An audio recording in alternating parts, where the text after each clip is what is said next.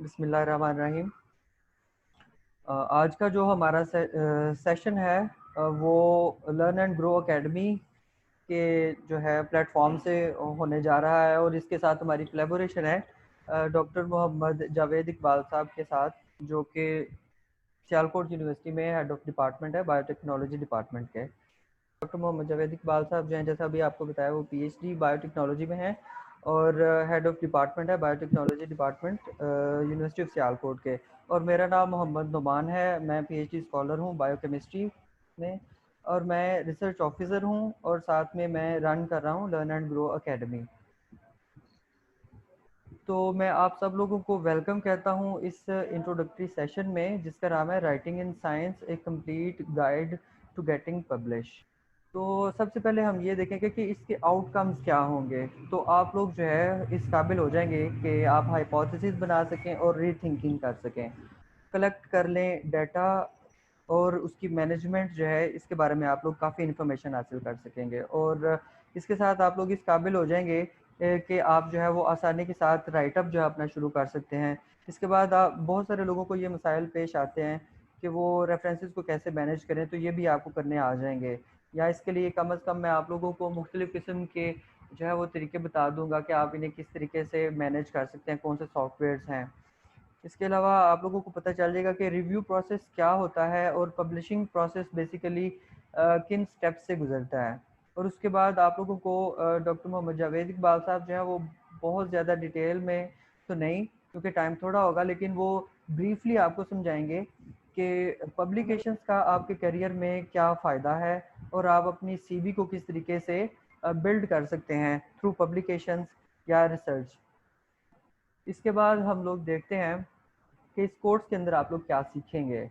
और बेसिकली ये थोड़ी सी रेपिटिशन है, लेकिन जो इसके कंटेंट्स हैं वो यही हैं कि introduction to research process, data mining and management. Writing के लिए आप लोगों को टिप्स एंड ट्रिक्स मिलेंगे और आप इस काबिल हो जाएंगे कि आप आर्टिकल, साइनॉप्सिस और थीसिस राइटिंग जो है उसमें आपको काफ़ी हेल्प मिलेगी। प्लेजरिज्म क्या होता है, रेफरेंस मैनेजमेंट जो है वो किस तरीके से कर सकते हैं, रिव्यू प्रोसेस और पब्लिशिंग प्रोसेस के बारे में आप लोग काफ़ी चीज़ें जानेंगे। तो सबसे पहले हम लोग आते हैं इंट्रोडक्शन टू रिसर्च प्रोसेस।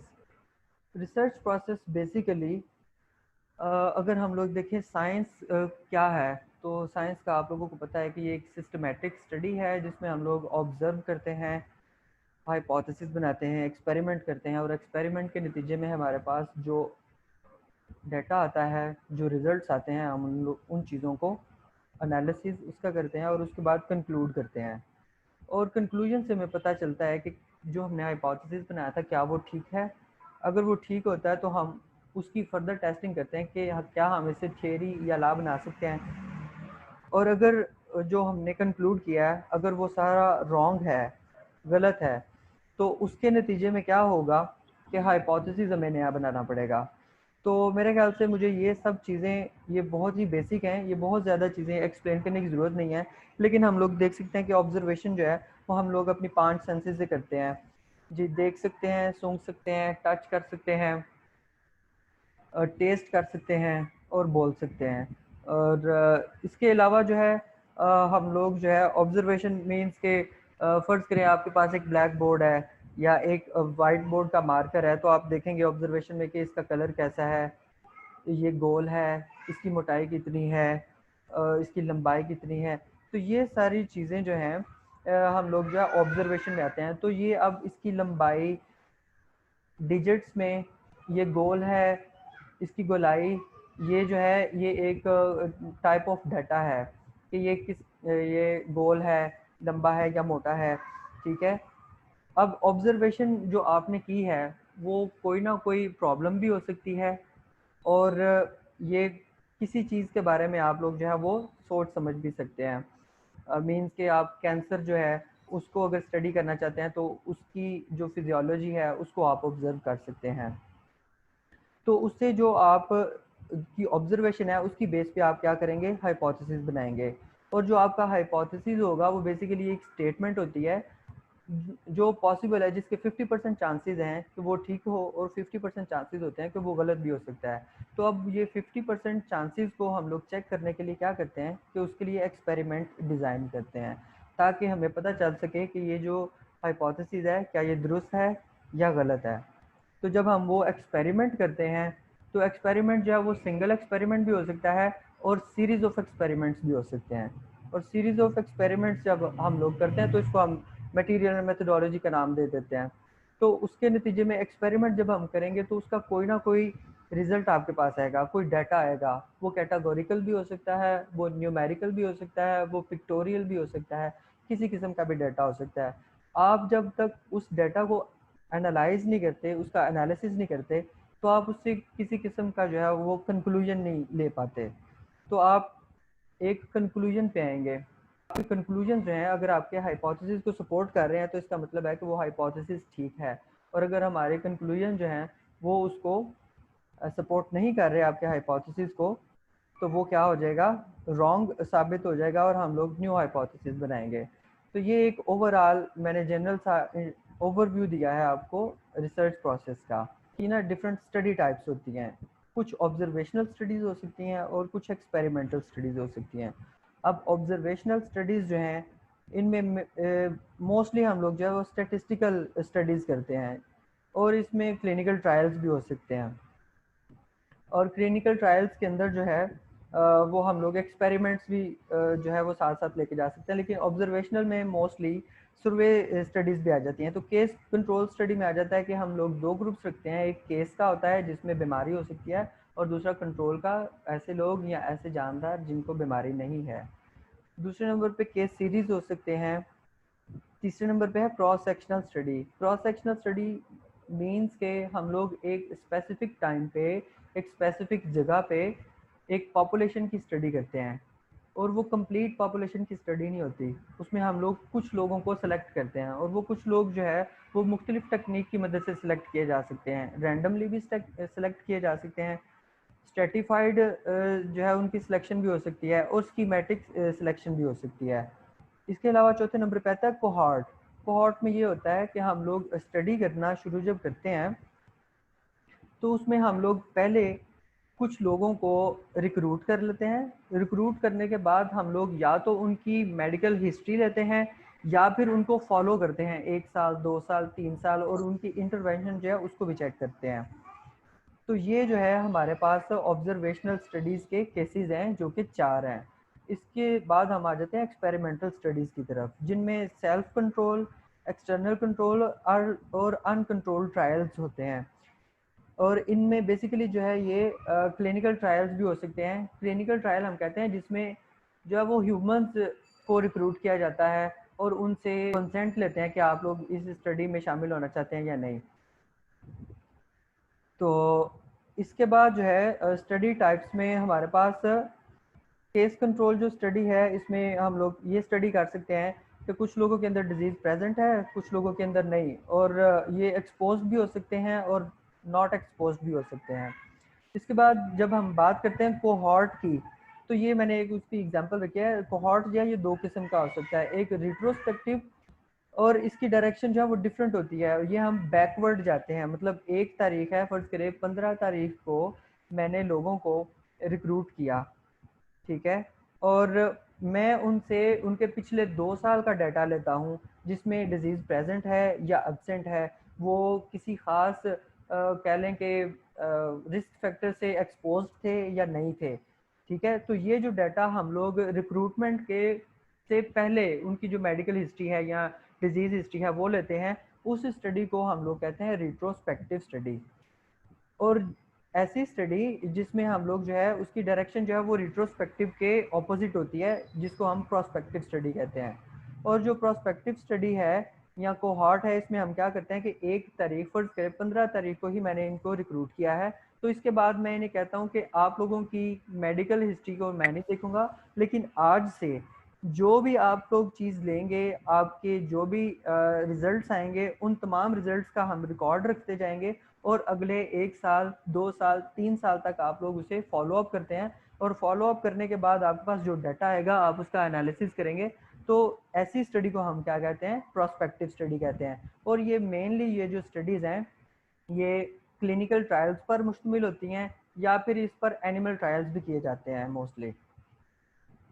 इसके बाद हम लोग चलते हैं data mining and data management. अब डाटा माइनिंग जो है बेसिकली ये हम लोग मुख्तलिफ ज़राए से कर सकते हैं। हमारे पास बहुत सारे जो है वो मौजूद हैं डेटाबेसेस, जिनमें गूगल स्कॉलर जो है वो सबसे ज़्यादा है। पबमेड जो है इसमें हमारे पास ऑथेंटिक पेपर्स जो हैं वो मौजूद होते हैं और इनकी हाई क्वालिटी होती है, और ये फ्री हो भी सकते हैं और नहीं भी, मतलब ये पेड आर्टिकल्स भी होते हैं। पबमेड सेंट्रल जो है इसमें मोस्टली फ्री आर्टिकल्स होते हैं, और ये जो है इनकी क्वालिटी जो है वो पबमेड की निस्बत जो है वो लो होती है।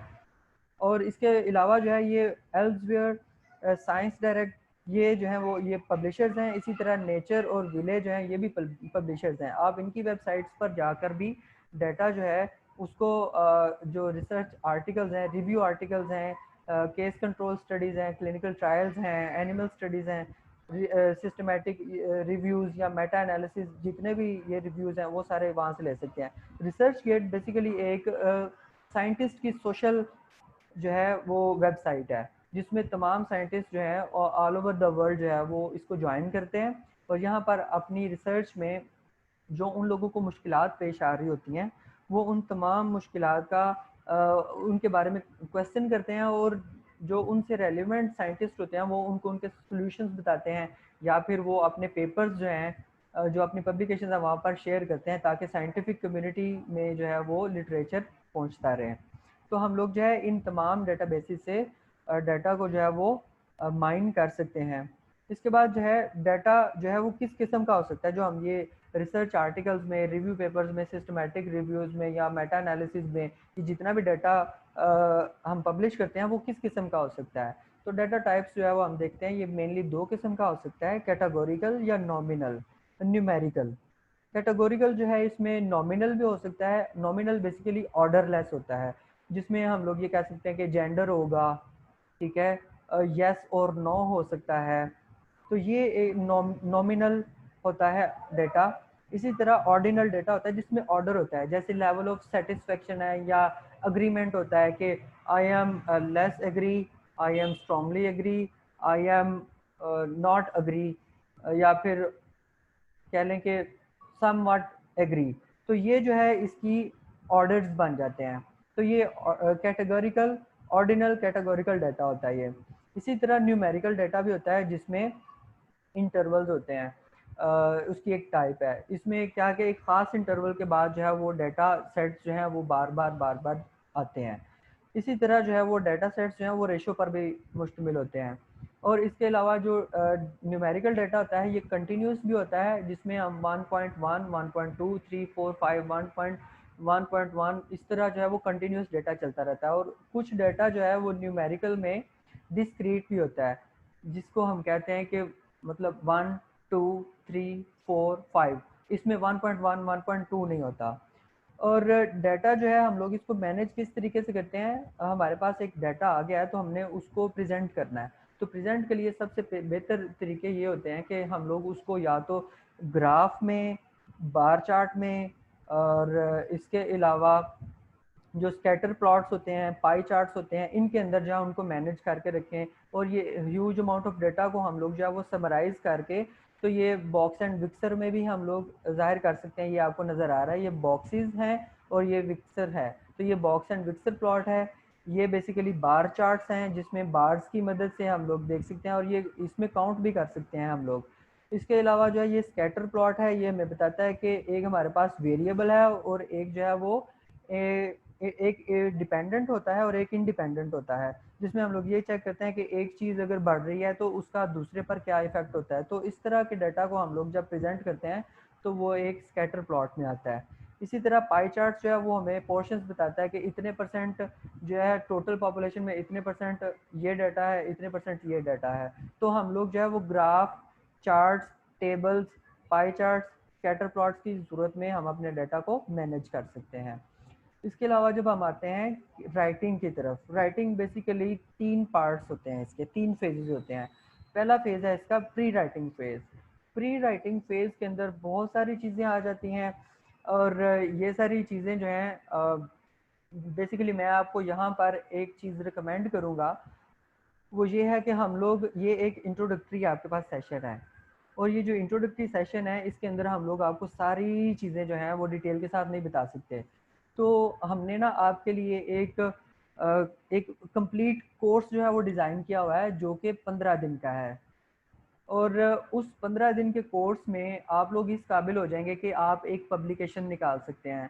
और उसमें हम लोग ये भी जो है वो रिस्पॉन्सिबिलिटी लेने को तैयार हैं कि आप उसमें जो कुछ भी सीखेंगे, जो हाइपोथेसिस बनाएंगे, जो रिसर्च मटेरियल इकट्ठा करेंगे और उसके बारे में लिखना शुरू करेंगे, तो उससे आप जो भी मैन्यूस्क्रिप्ट लिखेंगे या लिखना शुरू करेंगे, हम आपके साथ उसको फॉलो अप करेंगे।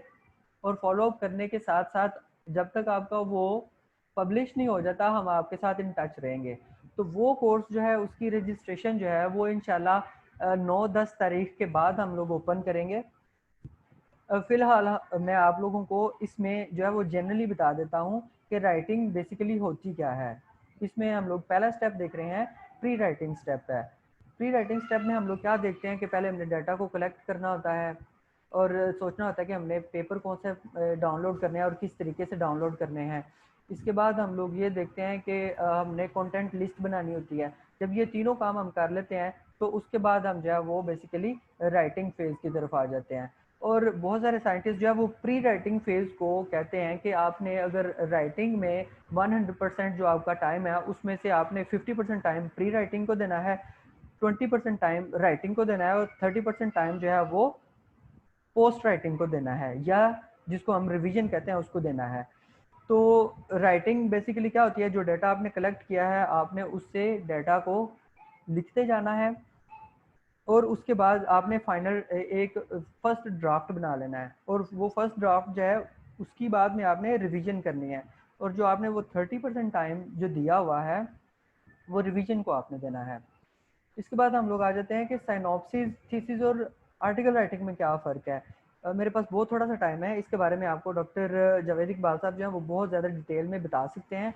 लेकिन बात फिर वही है कि आप लोग जो है अपने उस कोर्स के को जो है ना वो रजिस्टर उसमें करें, तो हम लोग आपको उसमें बाकायदा जो है वो राइटिंग पे 2-3 सेशंस रखे हुए हैं जिसमें बाकायदा हम बताएंगे कि साइनॉप्सिस, थीसिस राइटिंग क्या होती है। तो यहाँ पर जो बेसिकली बताया गया है वो ये है कि साइनॉप्सिस में हम लोग पहले प्रॉब्लम देखते हैं और अपना हाइपोथेसिस तैयार करते हैं।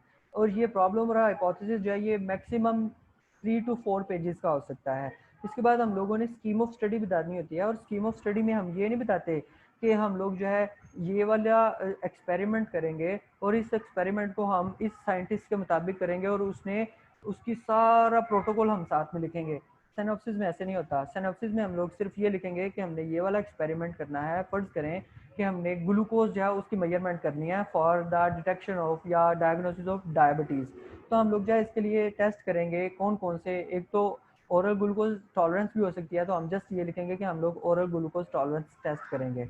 इसके बाद हम लोग जो है वो HbA1c टेस्ट करेंगे। इसके बाद हम ये कह सकते हैं कि हम ब्लड ग्लूकोज टेस्ट करेंगे। तो हम ये 3 टेस्ट जो है वो बता देंगे कि ब्लड ग्लूकोज टेस्ट में हम लोग ये 3 टेस्ट करेंगे और ये इस साइंटिस्ट के मुताबिक करेंगे। हम लोग यहाँ पर इसके कंप्लीट प्रोटोकॉल्स नहीं लिखेंगे। साइनॉप्सिस जो है ये बेसिकली एक शॉर्ट होता है। इसके अलावा हम लोग जो है वो स्कीम ऑफ स्टडी जब लिख लेंगे तो उसके बाद हम लोगों ने बेसिकली क्या करना होता है कि आपने एक्सपेक्टेड रिजल्ट्स लिखने होते हैं कि ये काम करने से हमारे पास ये वाले रिजल्ट्स आ जाएंगे, तो हम ये कंक्लूड कर लेंगे। तो हमने एक्सपेक्टेड कंक्लूजन भी लिखने होते हैं। और हाइपोथेसिस के साथ साथ हमने अपने ऑब्जेक्टिव ऑफ स्टडी भी साथ में लिखना होता है। तो साइनॉप्सिस बेसिकली मैक्सिमम इसकी लेंथ जो है वो 10 से 15 पेजेस या आप लोग इसे 18 पेजेस तक लेके जा सकते हैं। ठीक है, तो इसमें हम लोग क्या करते हैं, problem hypothesis and objective of study जो है ये आपका तकरीबन 7 से 8 पेजेस का होता है। स्कीम ऑफ स्टडी जो है ये 3 से 4 या 5 पेजेस की होती है। और आपके जो कंक्लूजन है वो आधे पेज का हो सकता है।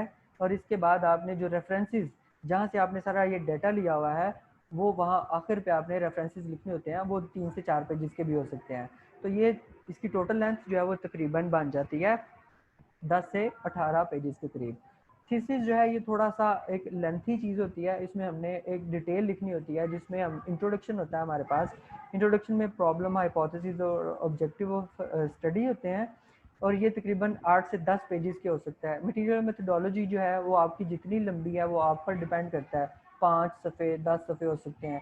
रिजल्ट्स एंड डिस्कशन जो है ये बहुत डिटेल होती है। रिजल्ट्स में बेसिकली आपने जो मटेरियल जो एक्सपेरिमेंटेशन किया है उससे जो भी आपके रिजल्ट्स आते हैं, चाहे वो टेबल है, ग्राफ है, प्लॉट्स हैं, चार्ट्स हैं, ठीक है, उन तमाम पर स्टैटिस्टिकल एनालिसिस करने के बाद जो रिजल्ट्स आएंगे आपने उनको इंटरप्रेट करना है और उसके बाद आपने डिस्कशन लिखनी होती है। डिस्कशन बेसिकली एक लॉजिकल पार्ट होता है और ये आपके रिजल्ट्स को क्या करता है, सपोर्ट करता है with the reference of previous literature. तो डिस्कशन जो है ये एक ब्रीफ और लॉजिकल स्टडी होती है। और सबसे आखिर पर हम लिखते हैं समरी के बाद रेफरेंसेस। और एक चीज़, रेफरेंसेस पर बहुत ज़्यादा जोर इस वजह से दिया जाता है कि हम लोग जो है वो रेफरेंसेस का इतना ज़्यादा ख्याल नहीं रखते, जिससे नतीजतन ये होता है कि हम लोग प्लेजरिज्म की तरफ चले जाते हैं और किसी के आइडिया को हम लोग अपना जब करके पेश करते हैं तो इसको हम प्लेजरिज्म कहते हैं। तो इससे क्या होता है कि आप पर एक काला धब्बा लग जाता है और साइंटिफिक कम्युनिटी में आप लोगों को अथॉरिटी के तौर पर नहीं लिया जाता। इसके बाद हम आ जाते हैं आर्टिकल राइटिंग में। आर्टिकल राइटिंग में बेसिकली सबसे पहले हम लिखते हैं एब्स्ट्रैक्ट। एब्स्ट्रैक्ट जो है वो एक निचोड़ होता है पूरी स्टडी का, और ये भी बेसिकली थीसिस की ही एक तर्ज का होता है, लेकिन इसमें हम लोग टू दी पॉइंट और लॉजिकल चीज़ें लिखते हैं, विद रेफरेंस लिखते हैं। तो इसमें भी हम लोग introduction, problem, hypothesis, objective of study, material, methodology, results and discussion और रेफरेंसेस, ये सारा कुछ होता है। लेकिन इसमें हम एक अहम चीज़ जो है वो ऐड करते हैं कि इसमें हम एक्नॉलेजमेंट्स भी लिखते हैं। एक्नॉलेजमेंट में ये होता है कि अगर किसी एजेंसी ने आपको फंडिंग दिया है तो वहाँ पर आपने उसको ज़रूर एक्नॉलेज करना है, ठीक है। तो ये सारी चीज़ें जो हैं राइटिंग प्रोसेस में आ जाती हैं, और इस राइटिंग प्रोसेस के बारे में आपको डॉक्टर जावेद इकबाल साहब जो हैं वो बड़ी डिटेल के साथ जो कंप्लीट कोर्स है उसके अंदर बताएंगे। अब प्लेजरिज्म बेसिकली क्या है? The practice of taking someone else work और ideas and passing them off as one's own. तो ये प्लेजरिज्म होती है। और प्लेजरिज्म से बचने के लिए हम क्या करते हैं कि जो भी डाटा आपने लेना है उस डाटा को 3 4 5 दफ़ा पढ़ें और वो आपको ज़ुबानी याद हो जाएगा। आप उनको अपने वर्ड्स में लिखें। अपने वर्ड्स में लिखने के बाद आपने वो डाटा जिस पेपर से लिया था या जिस ऑथर का था उसका रेफरेंस दे दें नीचे। तो इस तरीके से आप लोग जो है वो रेफरेंस दे के प्लेजरिज्म से बच सकते हैं। और रेफरेंसेस आप किस तरीके से दे सकते हैं? मुख्तलिफ़ किस्म के सॉफ्टवेयर हैं, एंड नोट है, मेंडले है और रेफ वर्क्स है ये। और इसके अलावा भी और तकरीबन 6 के करीब जो है और रेफरेंस मैनेजर्स हैं।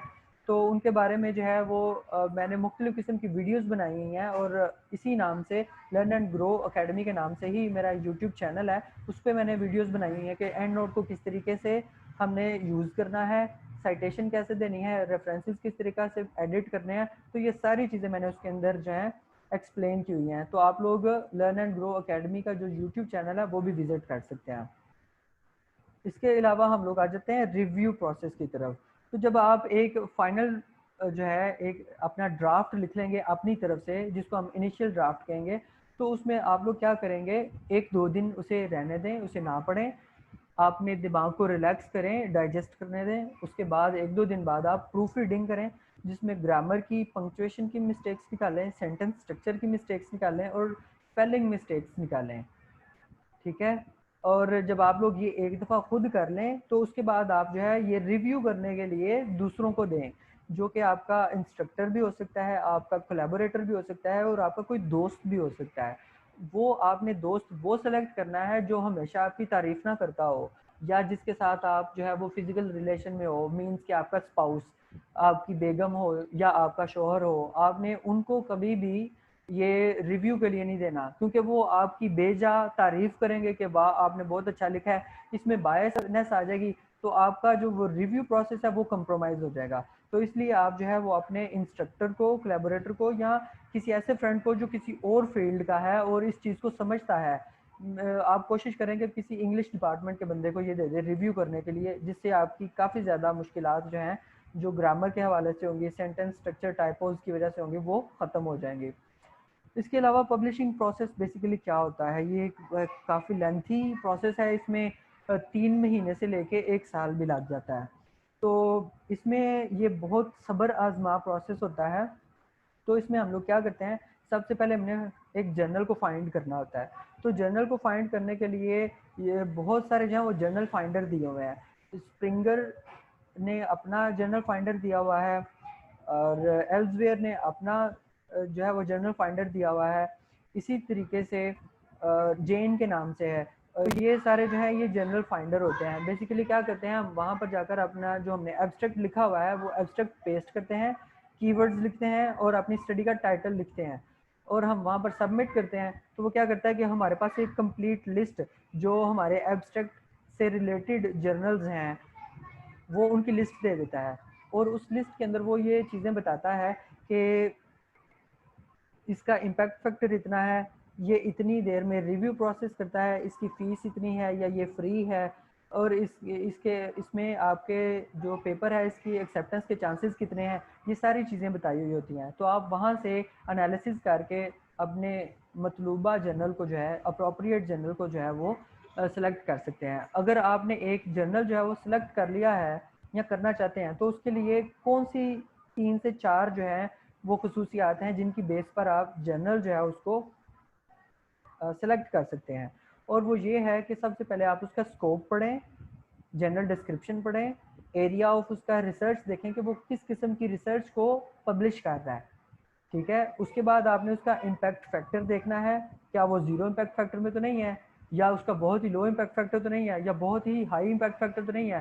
कि आपने अपनी रिसर्च के मुताबिक देखना है कि आपकी रिसर्च की वर्थ क्या है और आपने उसी लिहाज से जर्नल को फाइंड करना है। और आपने ये भी देखना है कि क्या ये फ़ी लेता है या विदाउट फ़ी है, ये ओपन एक्सेस है या ओपन एक्सेस नहीं है। तो ये सारी चीज़ें जो है हम लोग देखते हैं जब एक जर्नल को फाइंड कर रहे होते हैं।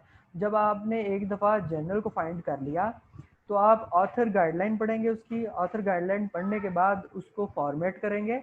फॉर्मेट करने के बाद उसका कवर लेटर लिखेंगे, मैन्यूस्क्रिप्ट जो आपकी तैयार आपने ऑथर्स गाइडलाइन के लिहाज से मैन्यूस्क्रिप्ट तैयार की हुई है वो कवर लेटर के साथ सबमिशन करेंगे जर्नल की वेबसाइट पे जाके। जब आप उसे सबमिट कर लेंगे तो वो एडिटर के पास चली जाएगी। एडिटर जो है वो उसको एक दफ़ा ओवरव्यू करेगा, देखेगा कि क्या इसमें किसी किस्म की प्रॉब्लम है, क्या ये हमारे स्कोप के साथ मिलता है, हमारे एरिया ऑफ रिसर्च में ये फाल करता है। अगर तो वो फाल करता है तो वो कहेगा कि हम लोग इसको रिव्यू प्रोसेस में लेके जाते हैं। और अगर जो है वो आप उसके एरिया ऑफ रिसर्च में फाल नहीं कर रहे, आप उसके स्कोप में फाल नहीं कर रहे, तो वो स्ट्रेट फॉरवर्ड रिजेक्शन का लेटर भेज देगा आपको। इसलिए आप लोग ये ज़रूरी है कि आप कोई भी जर्नल में पेपर सबमिट करवाएं तो उससे पहले उसका स्कोप, एरिया ऑफ रिसर्च और उसकी फॉर्मेटिंग को लाजमी देखें। जब आप ये आपका अगर पेपर जो है वो एक्सेप्ट हो जाता है, वो रिव्यू प्रोसेस में चला जाता है, तो फिर वो मुख्तलिफ़ किस्म के रिव्यूअर्स के पास भेजता है। और रिव्यूइंग प्रोसेस जो है ये 2-3 किस्म का हो सकता है। ये ब्लाइंड भी हो सकता है, सिंगल ब्लाइंडेड भी हो सकता है और डबल ब्लाइंडेड भी हो सकता है और ये ओपन भी हो सकता है। सिंगल ब्लाइंड हम कहते हैं कि रिव्यूअर को पता होता है कि ऑथर कौन है, लेकिन ऑथर को नहीं पता होता कि रिव्यूअर कौन है, ठीक है। इसी तरीके से डबल ब्लाइंड ये होता है कि ना ऑथर को पता होता है रिव्यूअर कौन है और ना रिव्यूअर को पता होता है कि ऑथर कौन है। और जो ओपन होता है उसमें ये होता है कि रिव्यूअर और ऑथर इन दोनों को पता होता है कि ये कि रिव्यूअर कौन है और ऑथर कौन है और वो आपस में कम्युनिकेट भी कर सकते हैं। और आजकल जो ज़्यादा ट्रेंड चल रहा है, जो जितने भी जर्नल्स हैं, जो वेल रिप्यूटेड जर्नल्स हैं, वो यही कर रहे हैं कि वो ओपन रिव्यूइंग सिस्टम रख रहे हैं ताकि ऑथर जो है वो अपने रिव्यूअर को सेटिस्फाई कर सके और इसके साथ साथ जो है वो रिव्यूइंग रिपोर्ट्स जो होती हैं वो भी साथ में पब्लिश करते हैं सप्लीमेंट्री डेटा के तौर पे। इसके अलावा जब आपकी एक्सेप्टेंस हो जाती है, जब आप रिवाइज करते हैं 1 दफ़ा, 2 दफ़ा, 3 दफ़ा, तो वो रिवीजन के बाद जब आपका एक्सेप्टेंस हो जाती है तो वो फिर एडिटर आपको एक लेटर लिखेगा जिसमें वो बताएगा कि जी आपका इस इशू में पेपर इतनी तारीख को पब्लिश होगा। तो तब आपका जो आपको बहुत ज़्यादा खुशी होती है। लेकिन अगर आपका पेपर रिवीजन के बाद जो है वो रिजेक्ट हो जाए तो आपने उससे हिम्मत नहीं हारनी, मोटिवेटेड रहना है और आपने क्या करना है, रिविजन्स जो है वो हमेशा आपके पेपर में पॉजिटिव चेंज लेके आती हैं, उसको हमेशा ब्राइट करती हैं, ग्रूम करती हैं। तो आपने हमेशा रिवाइज करते रहना है। और सबसे बड़ी टिप और ट्रिक यही है कि आप अगर अपने पेपर को पब्लिश करना चाहते हैं तो उसके लिए बी ओपन टू रिवाइज। तो आप लोगों का बहुत शुक्रिया। मैं